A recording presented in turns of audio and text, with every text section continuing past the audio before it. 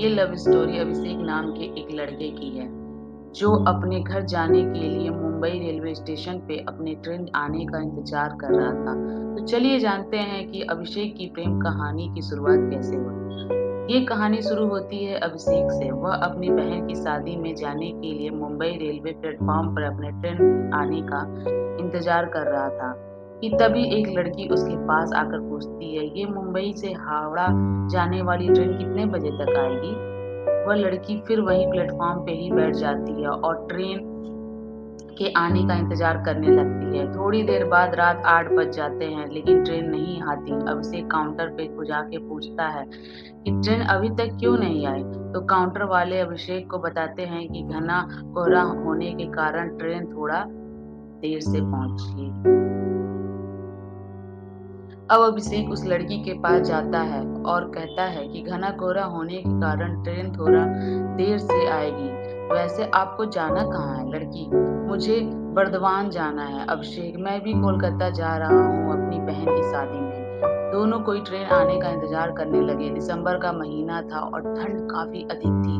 अभिषेक ने देखा कि वह लड़की ठंड से खुद को सिकोड़ रही होती है। अभिषेक 2 चाय लेकर उसके पास जाता है और कहता है, ठंड थोड़ी ज़्यादा है, क्या आप चाय पीना पसंद करेंगी? लड़की, थैंक यू। अब दोनों कोई चाय पीने लगते हैं। अभिषेक, मेरा नाम अभिषेक है, वैसे आपका नाम क्या है? लड़की, मेरा नाम अंजलि है। अब रात के 11 बज गए लेकिन ट्रेन नहीं आई। अभिषेक ने अंजलि से कहा कि चलो हम वेटिंग हॉल में जाकर बैठते हैं, यहाँ पे ठंड भी बहुत लग रही है। दोनों कोई हॉल में जाकर बैठ जाते हैं। थोड़ी देर बाद अंजलि सो जाती है। अब अभिषेक की आंखें अंजलि को ही देख रही होती हैं। अंजलि की गुलाबी पंखुड़ी जैसी होठों और उसके मासूम से चेहरे को देखकर अभिषेक के दिल में कुछ होने लगा। अभिषेक ने खुद को संभाला और अंजलि की तरफ से अपनी नजर हटा ली। रात के 2 बजे ट्रेन प्लेटफॉर्म पे आती है। अभिषेक तुरंत जाकर अंजलि को उठाता है और फिर दोनों कोई ट्रेन में जाकर बैठ जाते हैं। अंजलि अभिषेक से पूछती है, आप मुंबई में क्या करते हो? अभिषेक, मैं एक कंपनी में सेल्समैन की जॉब करता हूँ। और आप क्या करते हो?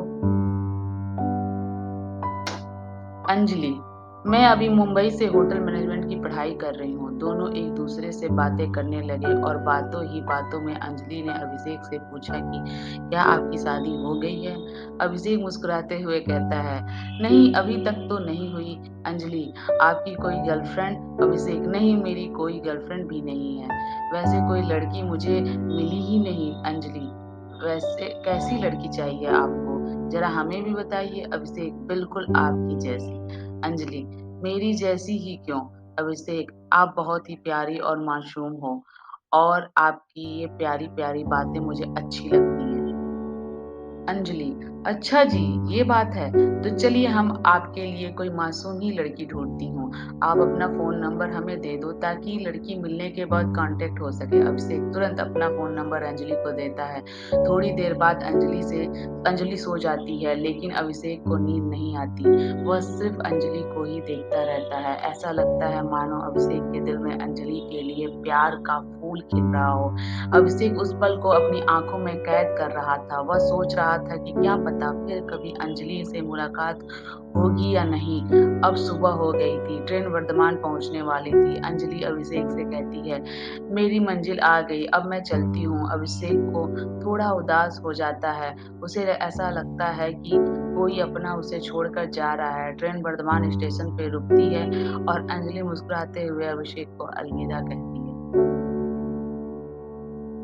अभिषेक ट्रेन की खिड़की से अंजलि की तरफ देखता है। अंजलि भी अभिषेक को आखिरी बार पीछे मुड़कर देखती है। उसे दिल में भी अभिषेक के लिए कुछ फीलिंग थी। ट्रेन अब स्टेशन से चल पड़ती है लेकिन अभिषेक अभी भी अंजलि की याद कर रहा था। कुछ समय बाद अभिषेक के फ़ोन पे एक मैसेज आता है जिसमें लिखा था, तुम्हारे लिए लड़की मिल गई। उसका नाम अंजलि है और ये उसका फ़ोन नंबर है। अभिषेक ने तुरंत उस नंबर पे कॉल किया। अंजलि ने रिसीव किया। अंजलि, तो लड़की कैसी लगी आपको? अभिषेक, बहुत अच्छी लगी। अंजलि, तो शादी करना चाहोगे? अभिषेक, जी बिल्कुल करना चाहूँगा। अंजलि, तो आ जाइए वर्धमान।